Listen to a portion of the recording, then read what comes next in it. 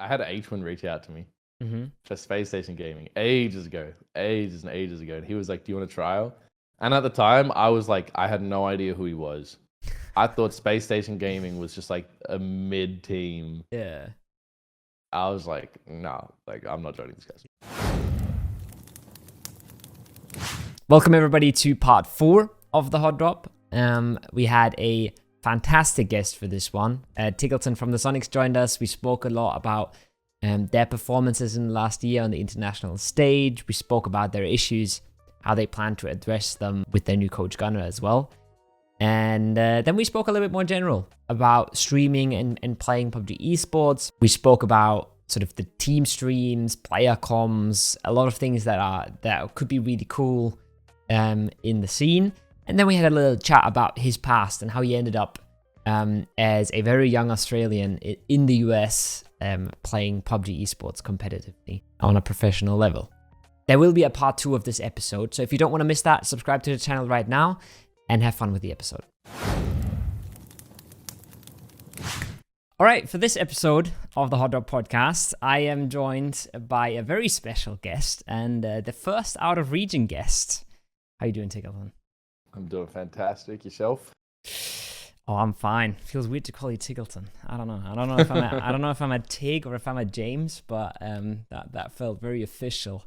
It was very official. It's like getting called my full name by my mum. Yep. You know you're in trouble. I'm excited for this episode. I am excited to switch things up a little bit. You guys are also in super interesting times at the moment. I feel like with the coach switch, we have a lot to talk about.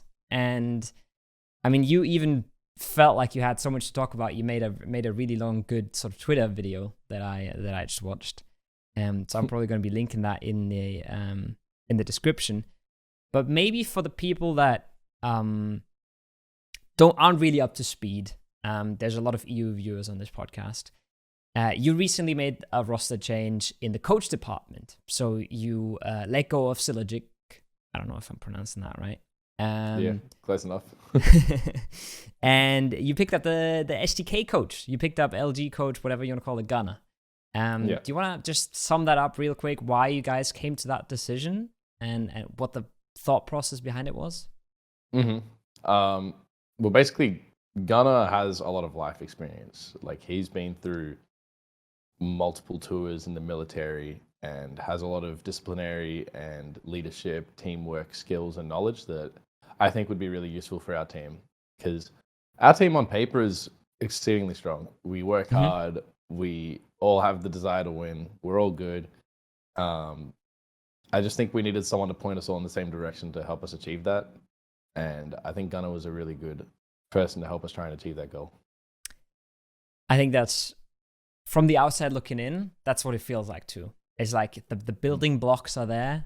It's just like there's some sort of dynamics that weren't really going your way. And like you talked about as well, there's maybe a little bit of overconfidence going on, stuff like that. So that's super cool. Super cool to see. I think the coach role isn't talked about a whole lot in PUBG. But I think that is exactly the scenario where it can be really impactful, right? Where you have the right players, you have strong individual good players, you just have to sort of align the interests of everyone. Yeah, I mean, that's how Bizzle put it in our meeting. He said, like, these guys are really good. They just need to be pointed in the same direction. Yeah. You just need to aim them at the right place. Yeah, exactly. If we're all aimed at the right thing, it'll be good. So I don't want to torture you too much with the whole PGC topic. I think it's been talked about a lot. I saw Shrimzy talking about it a little bit as well. And you had a fantastic vlog coming out that sort of showed the differences between the team as well about the whole hot drop situation and all that stuff. Yeah. So I don't want to, bash that past you again. Well, I think the vlog kind of, I think, misrepresented a couple. Yeah? You think it was over the top, as in, like, how, like, divided you were as a team? We were definitely divided, but, like, the vlog kind of made it seem like we were divided about wanting to hot drop or not. Which is true in one facet, but, like, Shrimzy and I, like before we went to PGC, we had a team discussion. And we basically said, like, if we're going to hot drop Pochinki, we have to be ready to throw the whole tournament for it or not go at all. Like, that was kind of my mindset, because you can't just, like, go and, like, half commit. You're never going to get it. So we kind of came to that conclusion. And then we didn't practice out of other spots, because we're like, okay, like, we're gonna drop there until we fucking die. So that's all fine. Like, if we had gone and then dropped Pochinki and lost the tournament, I would have been okay with that. My main issue was in the fact that, like, we decided we weren't gonna leave, and then we leave, like, so fast. We folded like a napkin, like a piece of paper, you know? Yeah. Like, Shrimzy and I don't think either of us would have been adverse to leaving had we planned for it. Like, I guess we kind of both felt a little... We just weren't ready to leave. We didn't think that we were going to be ready to leave. Yeah. Because, like, if we were ready to leave after day one, I don't think Shrimzy or I would have wanted to drop there, ever. Like, we would have been like, okay, let's play a different spot then. I can sort of see that, because it does feel a lot like hot drops aren't as much about the actual hot drop as people think, and a little bit more about sort of the stubbornness behind the team, because it's really how much are you willing to give up to keep hot dropping. Exactly. And if you, like, in my mind, SGD, like, Sophia hasn't been to a world championship since 2019. It's Shen's first world championship. Like, these guys, like, they have a lot more to lose than us in terms of, like, I mean, I don't know if they come from fucking oiler families or something, but, like, financially, like, the gain from the game, like, I kind of felt like we had less reason to leave. Yeah. Because, like, this opportunity meant more to them. So that was kind of my mentality. But then the mentality that, like, they tried to instill in us and kind of worked, and it, like, got in the heads of some of the people, was like, they're here for a holiday, they don't care, they barely qualified. So, like, that's kind of the angle they were playing. That's wild. And, like, yeah, and, like, that's what Sophia said to me. He's like, we're just here for the holiday, you know what I mean? And I'm like, in my head, I'm like, that's just obviously not true. You've been grinding the game for, like, 5 years. You've been to Worlds twice. Like, I know you're sweating. But yeah. But that can still get in your head, right? If they convince you that they're like, they really just don't care at all. That's yeah. See, that's like, the thing. I mean, I feel like we lost the mental game, which is frustrating. Because like I felt like there was no real reason to lose the mental game. It's also I'm definitely like, I think I'm the most stubborn on the team. I'm like that guy that's like, fuck off. Like, yeah. It's also, I feel like you said, like, they have more to lose. But you can interpret that completely the other way around as well. You can be like, on the one side, you have SGD, like you said, barely qualified, new team, a nobody on, like, the international scale. And then you have the Sonics, who are like the kings of NA, you know, PGIS champions. So you could also say you have way more to lose. It's just a matter of how you look at it, right? And that's what makes it so hard, I guess. And that's why a team like you, who's been playing together for so long, can actually be so divided on that topic. Yeah, but, like, we're not even divided. Like, Shrimzy and I would have been happy to leave as long as we decided on it before we got to the tournament. Yeah, exactly. Like, I didn't want to get there and then like, because the thing is, the reason Shrimzy and I were so mad about it, and the reason there was so much divided, is because the last PGC before that, we hot dropped on 17 for 1 day. We left. We played out of random spots we'd never played out of before. We had shit timings. We got folded. We didn't know we were playing. And then we were like, okay, well, it would have been better to just at least hot drop until the end of groups, right? That was the conclusion we came to. And then we came to this PGC and did the exact same thing. Yeah. And it was like, that's why we were just fuming. We were so mad. You left last PGC saying never again, and then you just did the exact same thing again. Yeah. Exactly. It was like deja vu. It was like, that was like actually a quote on our team that cracked us up. It was like, we were doing groups and we were talking about leaving, and mine was like, well, if we just hot drop until the end of groups, then we're on the same trajectory as last PGC. And then Shrimzy was like, no, if we leave, we're on the same trajectory as last. That was like the famous quote. Yeah, that's rough. I feel like it's a tough, like you said, if you just were on the same page, it would have been probably fine. Yeah. But it's there's so many ways to approach that decision. It's not that simple. Yeah. You already said you don't want to leak too much and stuff, but I am guessing you still haven't fully decided. Like, you're still gonna be playing Pochinki Pecado in NA, right? There's no reason to leave it. Yeah, absolutely. In every tournament, basically, except the ones that, I mean, I don't even know at this point. The thing is, I think we still want to contest Pochinki Pecado. Like, that's still our bread and butter. Like, we would still want that at any international tournament. Anyone we could fuck out of it, we would. Anyone we could bully off of it, we would. Yeah. The reason we're practicing out of other positions is because we weren't a very versatile team. Mm-hmm. So, like, pretend we hot dropped after a hot drop when we're out of our comfort zone, or if we did go and loot a different spot, like, we weren't very good at adapting on the fly. We've always been a very book smart team. Yeah. So we figured that we should go and scrim out of other spots just to improve ourselves across the board. Because scrimming in NA out of Pochinki Pecado, it's like reading a book. You just fucking drive to a spot and you're AFK there and then you win the game. And it's like, okay, that's Pochinki Pecado. Yeah. You know all the teams around you. You know all your timings. You don't really have to think all too much. Yeah. So it's terrible practice. I understand. That's sort of a question I wanted to ask anyways. Is that also a reason that you're scrimming EU? You want different teams, or is it a quality of scrims thing? Is it a schedule thing? Well, the schedule is actually really hard for me because it's like bang in the middle of my stream schedule. So I've barely been streaming while we've been scrimming in EU.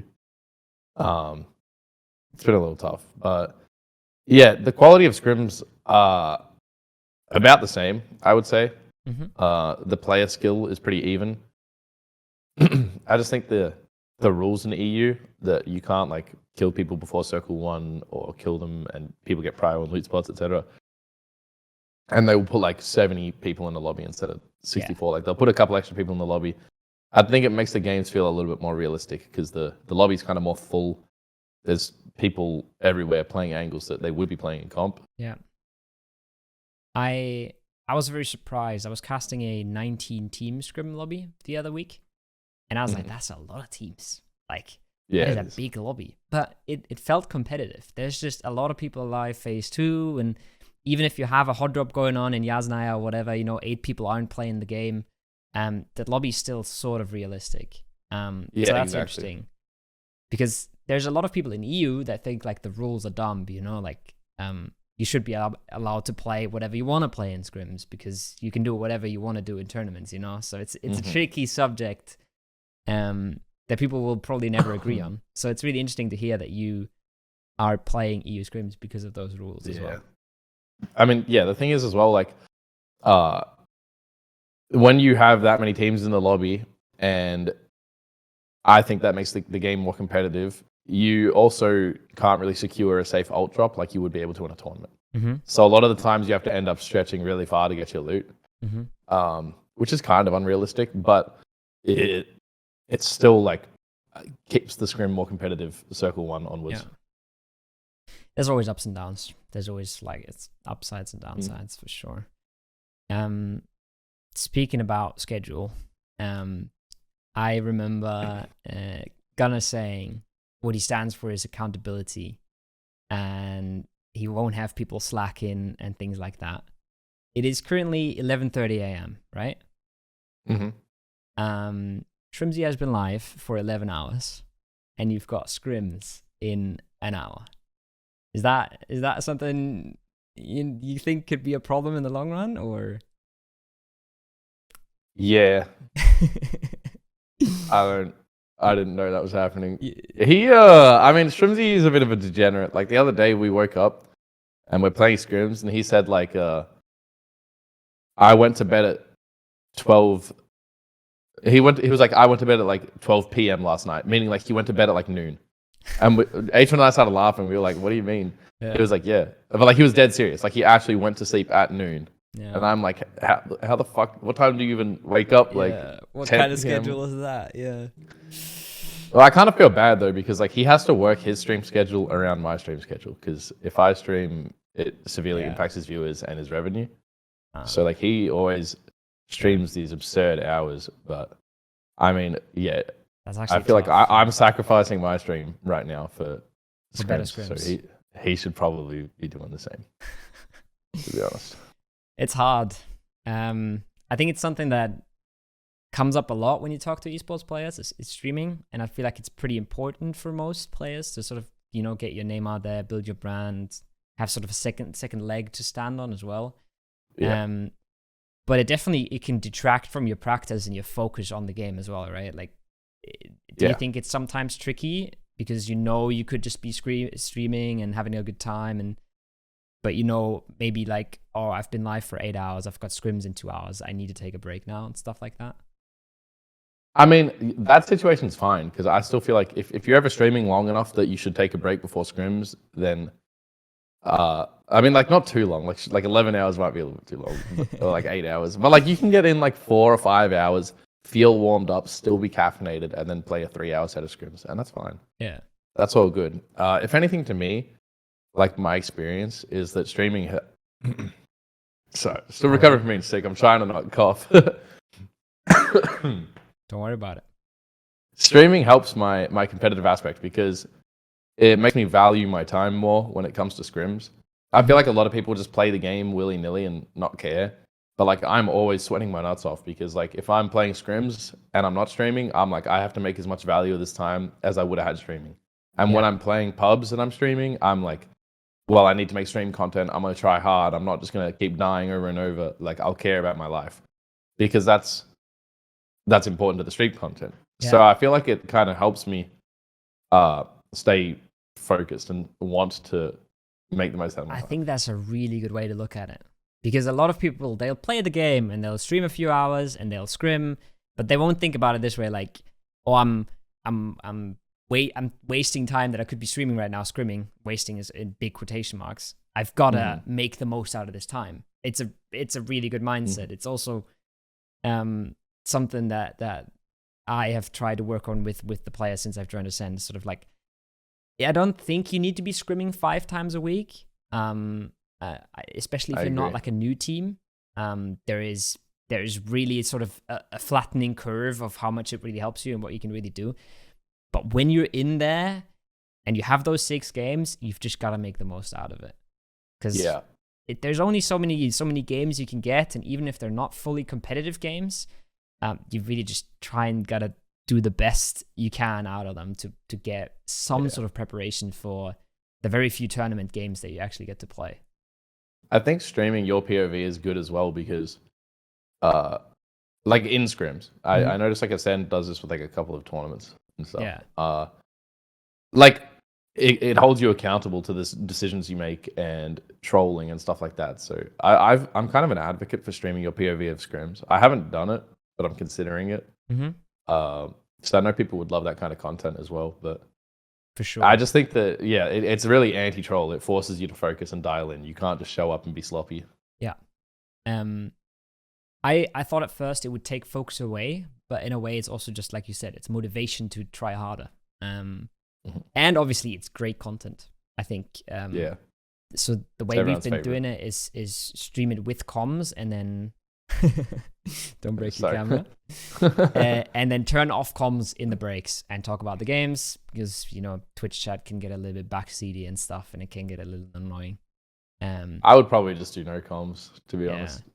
I think no comms is good, but with comms is ballsy. I think that comes back a little bit as well to sort of the book smart versus adaptive kind of thing, because it's like the way we play is super based on information, very slow, figure out what's going on in this current game and not try to read too much into the other teams. So it's not like we're leaking secrets or anything like that, you know? People can hear the call-outs we use, people can hear how we try to do comms and stuff, but it doesn't feel like we're leaking all that much. Yeah, and I mean, like, if you look at Apex, for example, as an esport, I feel like their biggest streamers and biggest viewership demographic are the scrims, like TSM scrimming and then Imperial Howl flaming his teammate. Like, it is hilarious content. So, like, I've been thinking about it. Like, literally, I've almost wanted, like, this year, I had a big phase of wanting to do this, of just having, like, everyone stream all the scrims. Yeah. And even a tournament, maybe, like, if you can get it so it doesn't hurt your FPS. Yeah. Like, I think that would just be hilarious. Because, like, these days, there's not that much to hide in terms of PUBG. I think for most teams, that's very true. I think there is a lot of teams that would like to get in the heads of, like, Batulans and stuff, for example, in EU. That's, like, the #1 name that sort of comes up. But other than that, yeah, for sure. But it's not like Batulans does anything crazy. I just think he's book smart. Like, he just studies harder. Like, he just knows. He has a lot of knowledge. And I don't know about NA, or Americas, I should say, but in EU, players got the full replay files for PCS7, for example. So, Yeah, like, there's a same with lot of us. research you can do there. You can pretty much look at anything they do the whole game. So Yeah, if you really want to could put the literally time in, you can. sit there and watch Batulins for like fucking 20 hours if you want. Yeah, exactly. Yeah, the possibilities are there. You've just got to put the time in. Mm-hmm. Yeah, I think it's it's a really tricky topic. Sort of the whole, how secretive do you want to be? How much does it take focus away? Maybe for you it's a bit of a different situation in Americas, because it feels like when you're playing, let's say, an upper bracket or something, you're not really concerned about losing maybe 2 to 3% of your performance, because you're going to make the finals anyway. So like for you, that could be a really interesting opportunity to actually stream them. Yeah.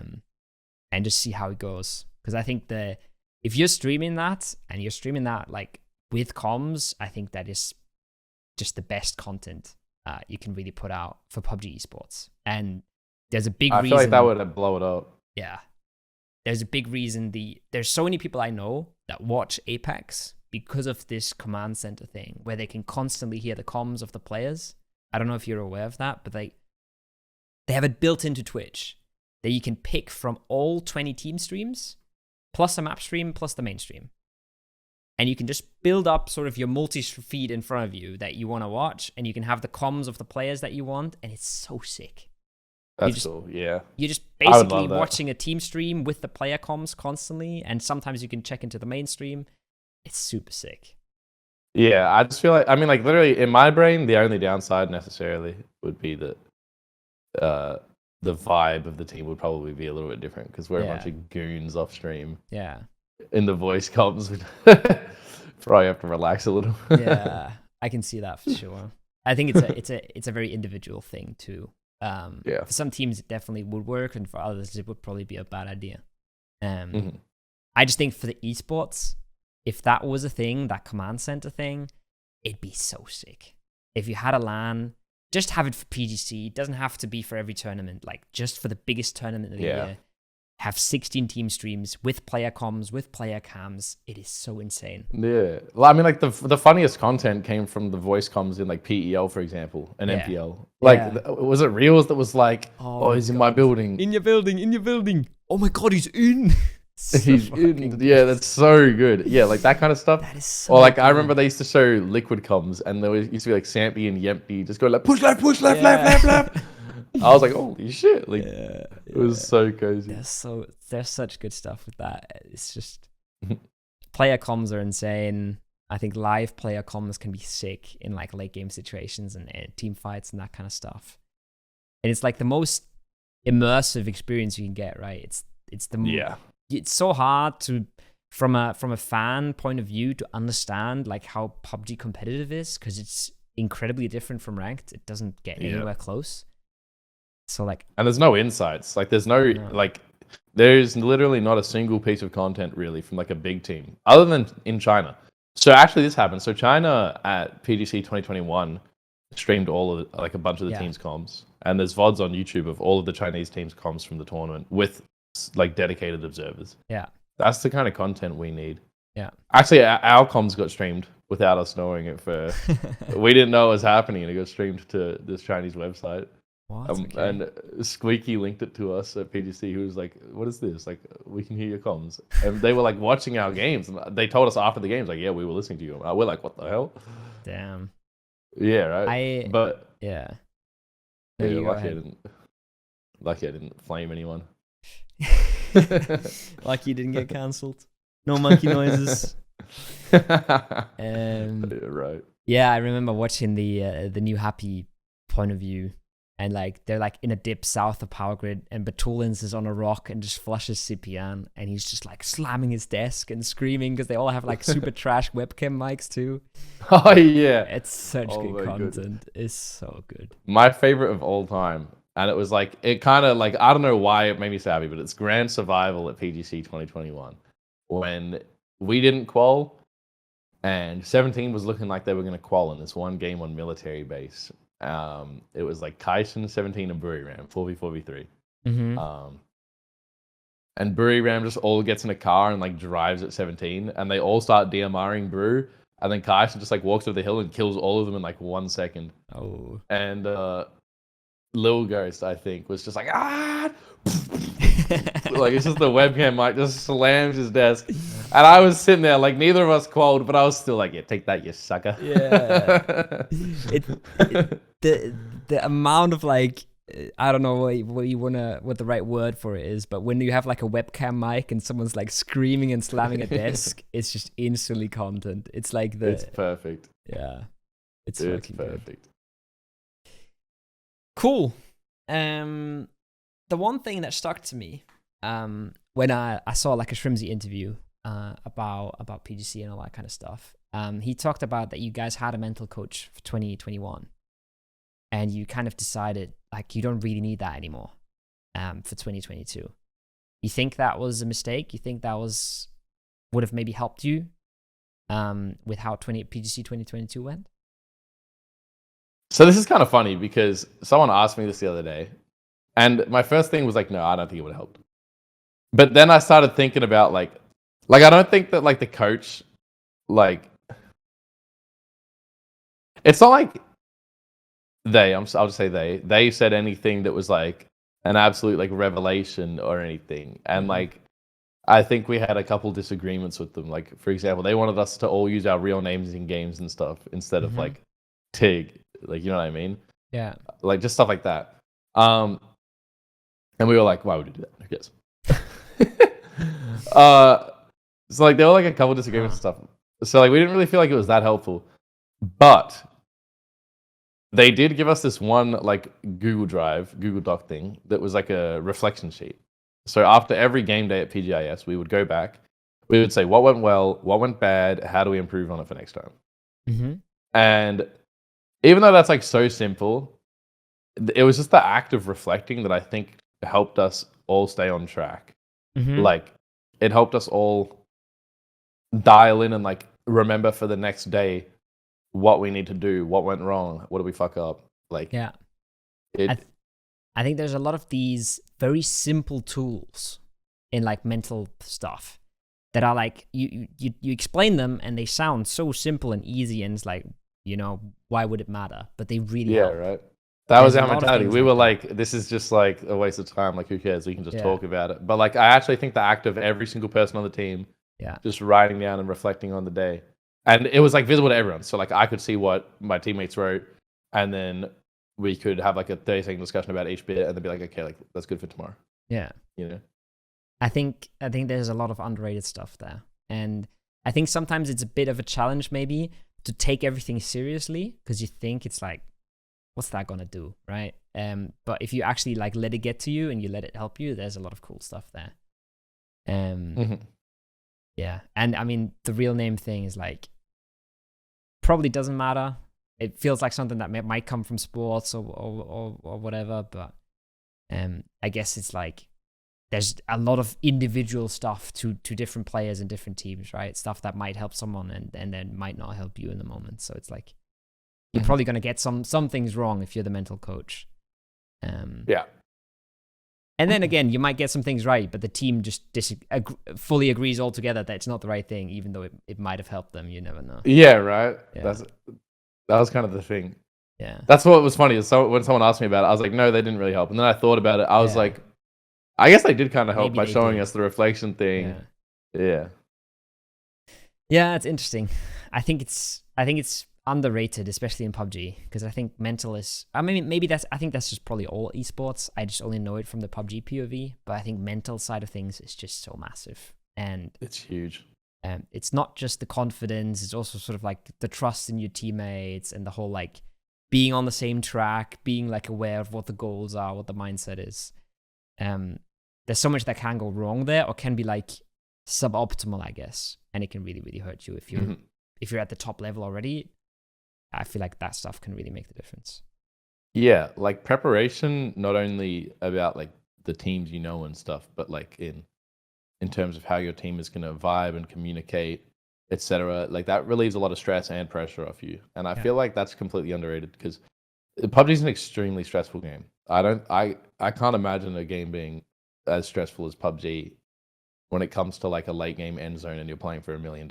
It's like, Yeah. holy shit. Like, Yeah.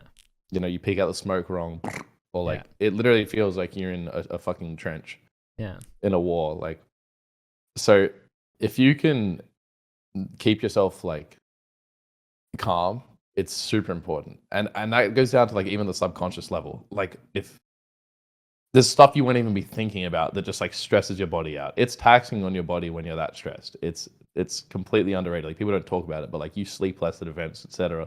Yeah. If you can be like truly at peace with like the situation you're in and the preparation you've done, and you can relax, that makes all the difference.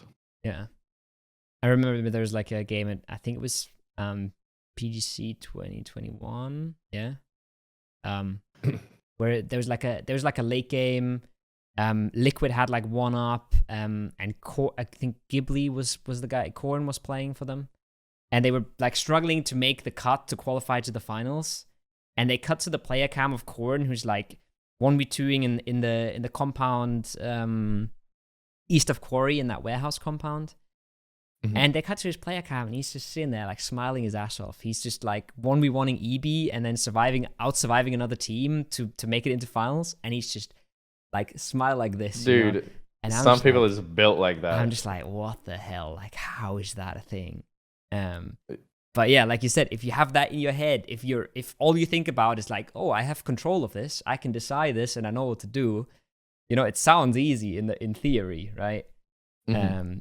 But yeah, it's absolutely crazy. But I think if you're even thinking about like anything external other than the game in those moments, you've probably already lost like you just have to be vibing with the game. It's game by game. You can't think about scoreboard and stuff, I guess. Yeah. You can't sit there and think scoreboard. You can't sit there and think like, are people watching this? Oh, that would have been a sick clip on stream, or like wonder where this team is. Like, I think that's a really good point, because there's also a really tough balance especially when you're like 1-up or 2-up.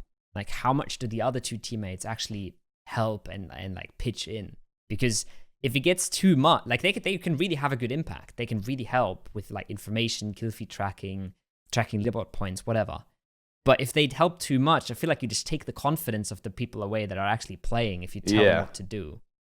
That's my biggest pet peeve. Yeah. Like, it used to happen on my older teams, and I think it happened like only the tiniest little bit when I first joined this roster at the moment. Is like if someone is trying to like micro manage you, like I like it if they give like macro info, like kill feed, this compound is free, this compound is fighting, this team is weak, the east side could be, etc. Mm-hmm. That's all really helpful info. But if it's like, no, you scooch to the left, or like prone here, like then it's just like, shut up, like I'm playing the game. Like that stuff is like so frustrating. It doesn't matter if it's good advice. I feel like if you're not doing what you wanted to do in the moment, you're already like a 10% weaker player or something. Like instantly. Yeah, right. It's so tilting. Like I don't think I've ever gotten mad at my teammates about anything except for that, really. Like that, I have vivid memories of just dying in situations where someone was microing me, and I've just gone like, shut the fuck up. Like it's so aggravating. I feel that. Now, you just mentioned earlier teams. I think a lot of your like long-time fans are well aware of that kind of stuff.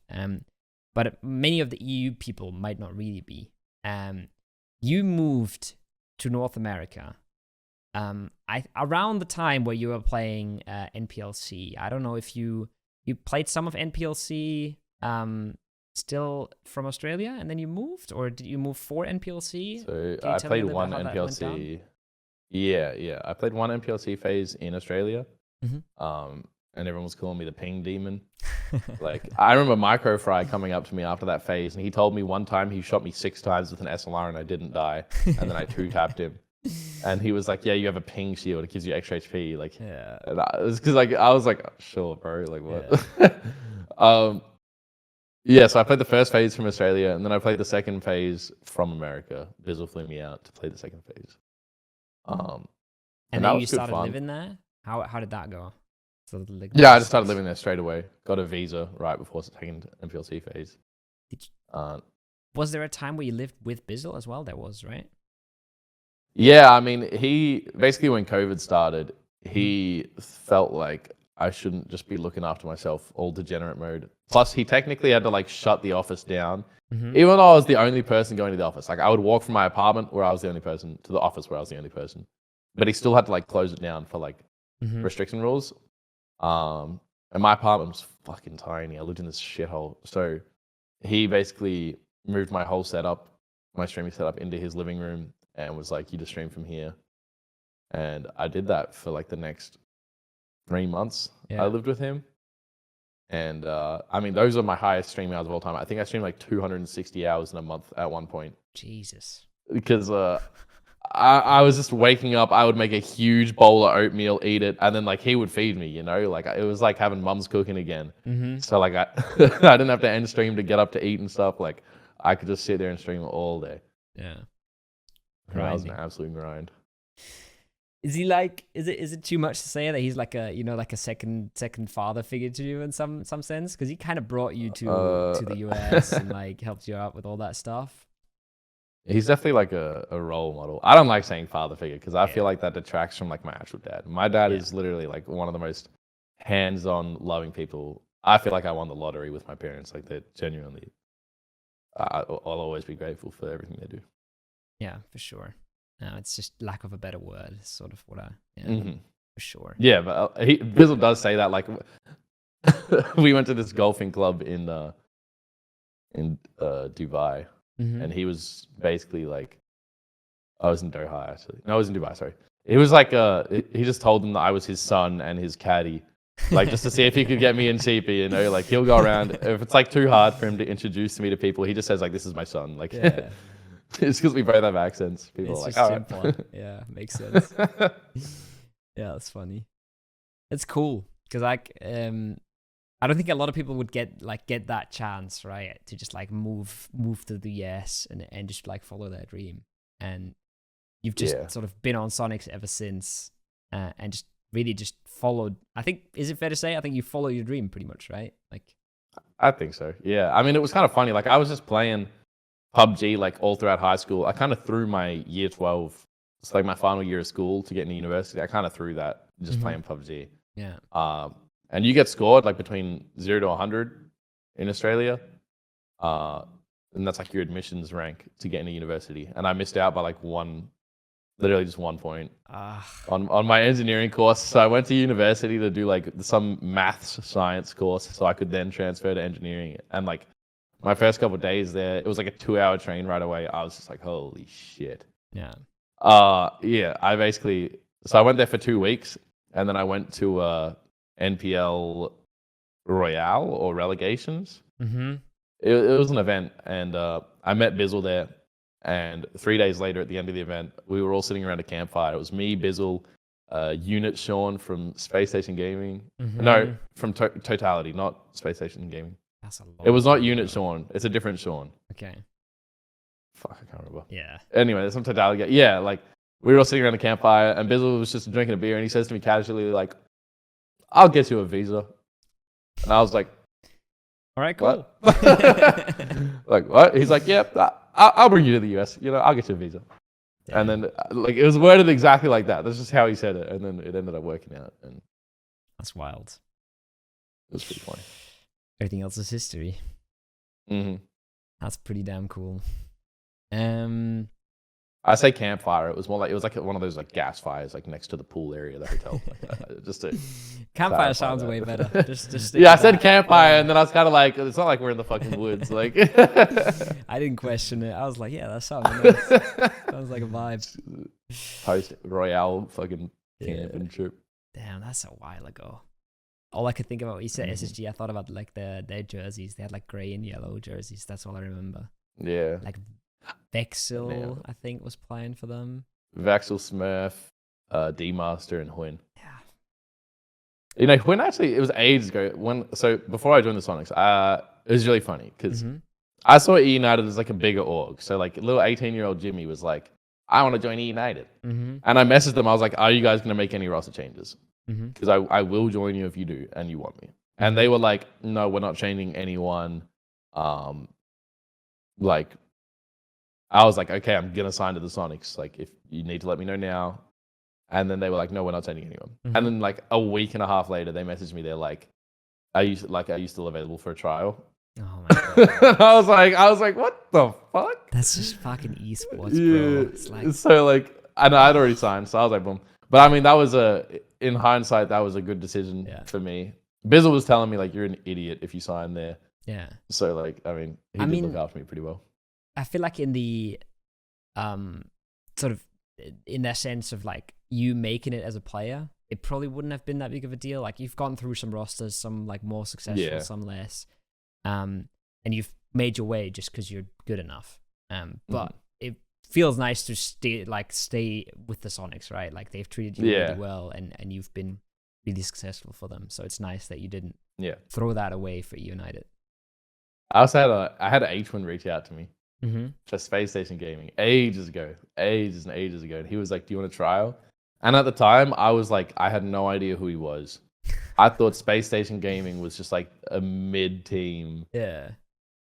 I was like, no, like I'm not joining this guy. Did you respond though, or did you ego him? Did you just... No, I responded. If I egoed him, that would be fucked. I mean, I was a contenders player. He was an MPO. Yeah. Then he got picked up for Cloud9, or maybe this was after Cloud9 dissolved. I can't remember. He got picked up for Cloud9, and I was like, oh, this guy might actually be good. What the hell? Yeah. That's how esports goes sometimes.